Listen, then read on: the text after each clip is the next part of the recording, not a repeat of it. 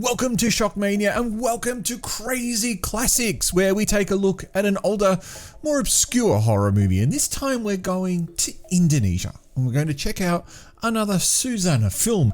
This time she plays a snake woman who's very hungry. There are many different story threads in this movie, but they all kind of tie together at the end. First, we have Johan and Suzy. That's a real creative name for a character played by Suzzanna, who are chasing a group of sexy women and hunting snakes. At least I think that's what they're doing. The introduction is very crazy. It's here where we meet Blorong, the snake woman, who looks suspiciously identical to Suzy. And that part's obvious because she's played by the same actress. Then we have Buhan and Karlina.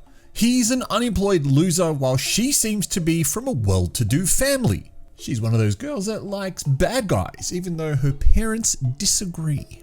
He wants to marry her and realizes he can't do that without money. Luckily for him, Blorong can help.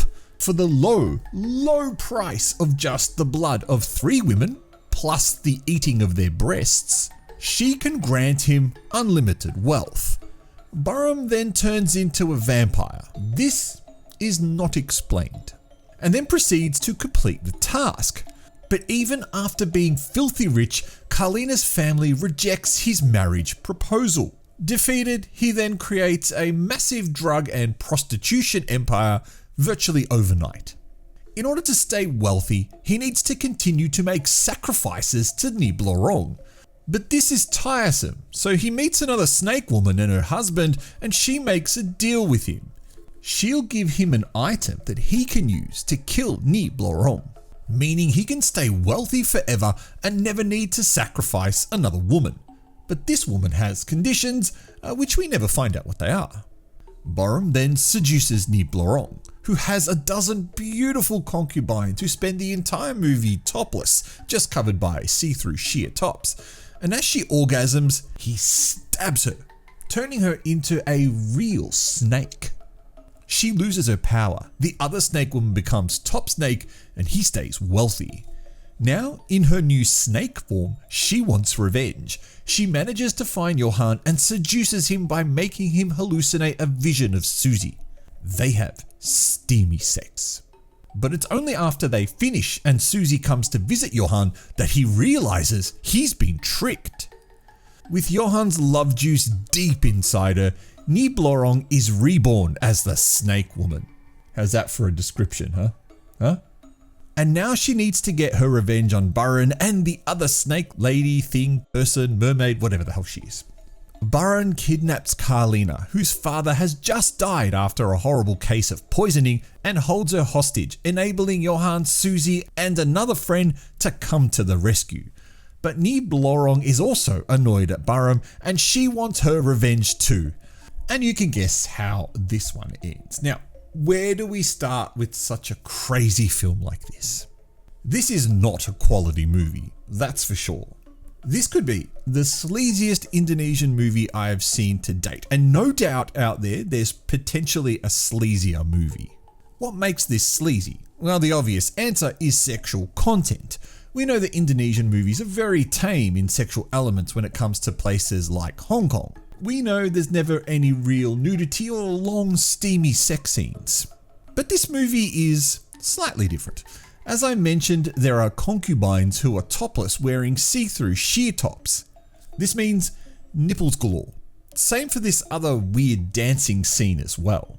There's also a hilarious scene of a guy ripping off a girl's panties only to reveal she's wearing another pair of panties underneath. There's also a lot of male butt if that's your thing. These are things we no longer see in Indonesian horror movies since the LSF really took control of movie content. Now, with movies like this, the effects are always the highlight, or the lowlight. What are the highlights? Well, it has to be the practical snake effects. Looking more like mermaids than snakes with human torsos, Blorong and her rival look terrific, in a cheap 1980s practical effects kind of way. There's a lot of work behind the camera to make these ladies slither through the scene, including the way they move vertically as well as horizontally. I'm guessing there must have been a lot of fun behind the scenes on the set of this film. The lowlights? Well, one of them is an effect that I really like, and that is the stop-start camera trick. All the disappearing and reappearing that occurs in this movie is done using this technique. It's a very clearly 1950s technique that kept going even through to the 80s. How else could they have done it? Well, I'm glad you asked. Perhaps they could have used a nice little fading transition that would have worked so better, it wouldn't have been so jarring. There's also the sudden and frequent changes in exposure during shots. Now, I can't pinpoint if this is bad film stock, bad processing, or perhaps a bad job done when telecineing the original negative onto video.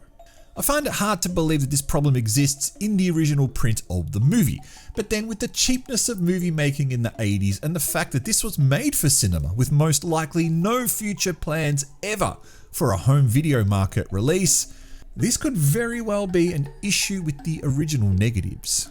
I would really love to see a remaster of this film. As always though, the biggest problem with these 80s Indonesian films is the incoherency of the storyline. Characters just appear then disappear, and Barham's completely unexplained Dracula transformation is really out of place. The scene at the scamming shaman's house is also as hilarious as it is ridiculous. Why did the characters not think to question what they were hearing, and how did Blorong all of a sudden appear in that scene? The funniest thing about this whole scene is the fact that she then turns them into chickens. The storyline of how Barham creates a massive drug empire is also unexplained too. The movie goes from a scene where he's trying to ask for Karina's hand in marriage to a scene of him in an office reading a Playboy magazine. Then later in the movie he has henchmen who talk about the police coming after them. Don't follow the storyline too close in this movie, and in fact don't even follow the action too close either. For example, a chainsaw being able to cut through rocks. What kind of chainsaws did they have in Indonesia in the 80s? Now, if I need to end this on a positive, I will say that I have finally found a good use for zooming in a movie. Rather than the whiplash zooms of Hong Kong and Sam Raimi, this movie uses zooms to help frame the introduction to most scenes. Surprisingly, it's very effective, as the zooms help tell a story far better than the script does.